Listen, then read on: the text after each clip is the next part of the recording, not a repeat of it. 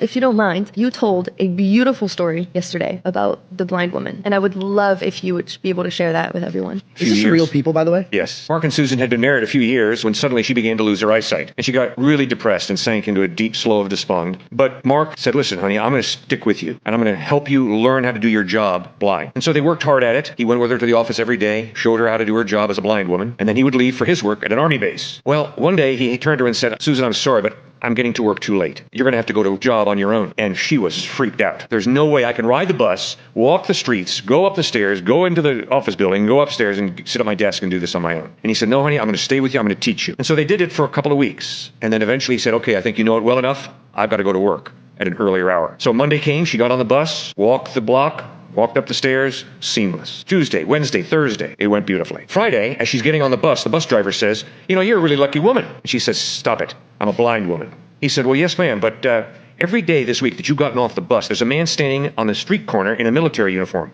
and he never takes his eyes off of you. And when you walk down the sidewalk, he's watching you carefully like a hawk. You cross the street at the right time, he's watching you like a hawk. You go up the stairs, you open the door, you go in, and as soon as that door closes, he stands ramrod tall, gives you a salute, blows you a kiss, and then turns to go away. And all of a sudden, Susan understood, that's my husband. He's been watching me tirelessly for all this time. I'm not alone. He's watching me. And that's exactly what God does for us in even a more profound way. And then he calls us to do that with each other, to really protect each other, to focus in on each other, to listen to each other, to build each other up, to encourage each other. And that's how marriage goes beautifully.